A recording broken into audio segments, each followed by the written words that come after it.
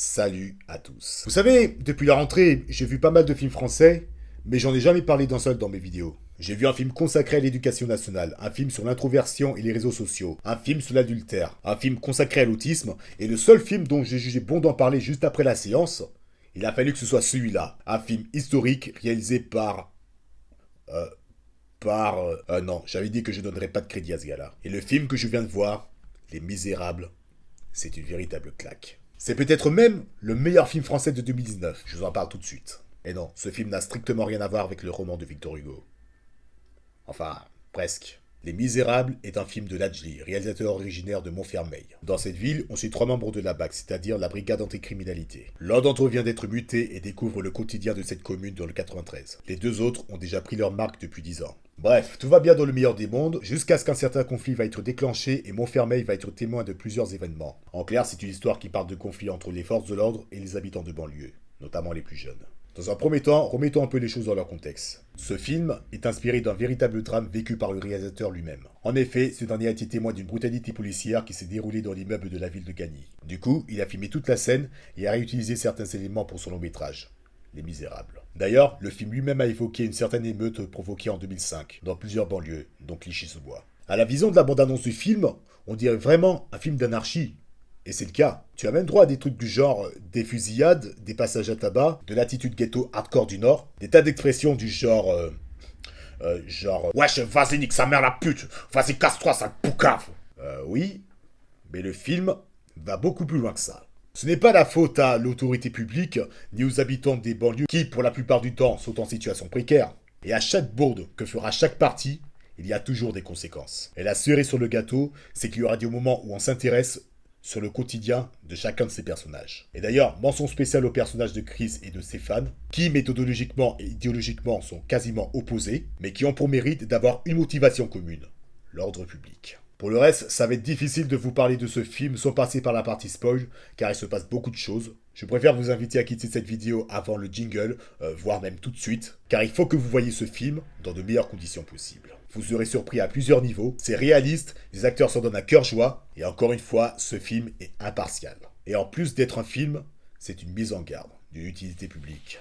Bref, Les Misérables, foncez le voir, c'est l'une des meilleures, si ce n'est pas la meilleure surprise de cette fin d'année. Attention partie spoiler, c'est parti! Pour venir sur mes personnages préférés du film, à savoir Chris et Stéphane, ils ont chacun un caractère qui se complète l'un à l'autre. D'un côté, Stéphane, à peine muté, père d'un gamin qui fait des conneries à l'école, qui fait les choses dans les règles, mais qui va avoir du mal à appliquer par rapport à l'environnement dans lequel il est en train d'intégrer. Et de l'autre, Chris, banlieusard pur jus, père de 2 gamines qui s'est déjà commencé à prendre avec des délinquants, peut-être que lui-même il en était un, qui ne mâche pas ses mots, bref, un connard fini, mais qui compense avec un grand sens de la justice. Quand ces deux-là se battent, Guada, le troisième flic, fait office de modérateur. Mais celui-là, il n'est vraiment pas innocent pour autant. Dans toute cette histoire, c'est quand même lui l'élément déclencheur au moment où il a tiré sur ce gamin.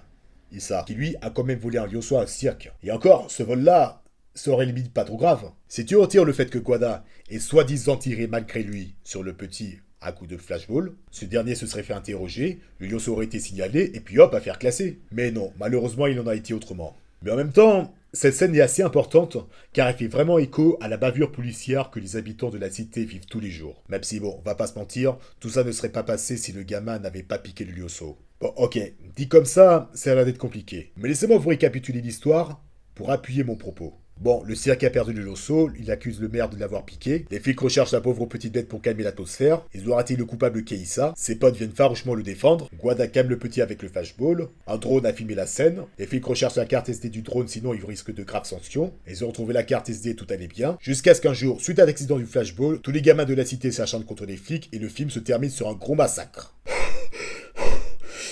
Là où je veux en venir, c'est que tout ce que je viens de vous dire constitue une sorte de chaîne alimentaire en fait. Comme je vous l'ai dit plus tôt, chaque personnage, ou bien plutôt chaque groupe de personnes, subit sa propre punition par rapport aux actes qu'il a fait. Issa qui a kidnappé le petit lion du cirque, les flics pour avoir tiré sur Issa, enfin c'est plutôt Guada qui l'a fait, le maire qui a méprisé les gens tous autant qu'ils sont et qui ne pense qu'à défendre ses propres intérêts, les gamins du quartier en sont témoins, et ainsi de suite. S'ensuit donc une anarchie entre les flics et les jeunes du quartier, dont Issa qui se venge sur les flics. Même le maire s'est fait refaire sa gueule. Cette partie-là est juste énorme, parce que les affrontements sont débordants de réalisme. Les explosions et les impacts des coups résonnent dans toute la pièce, la salle de cinéma en l'occurrence, Et surtout, la toute fin du film, qui laisse place à une question ouverte. Je peux pas vous en dire plus ici, mais c'était vraiment brillant, sachez-le.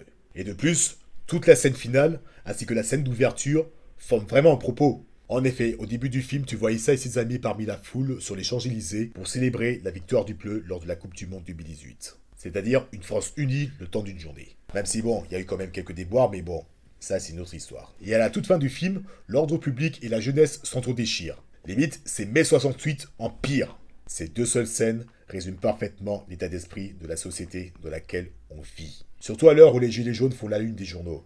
Et c'est toujours d'actualité. Je crois qu'à un moment du film, c'est cela qui a dit « Tu auras beau vouloir apaiser les choses, tu ne peux retirer la colère des habitants. » Là-dessus, je suis carrément d'accord. Et si jamais j'ai omis des mots dans ces citations, n'hésitez pas à me le dire dans les commentaires. Bref, ce film, je pense que j'irai le voir une deuxième fois. Je n'exagère même pas quand je vous dis que celui-là, c'est le meilleur film français de 2019. Même si pour moi, à l'échelle mondiale, il ne surclassera pas celui-là. Si jamais vous n'avez pas vécu les émeutes de 2005, et même l'agression à laquelle Ladjli a assisté, ce film est là pour ça. Et je me répète encore une fois, Les Misérables, ce n'est pas juste un film.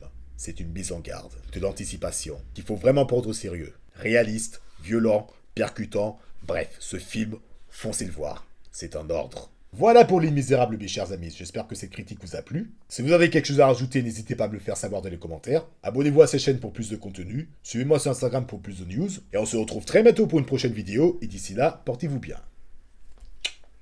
Ciao.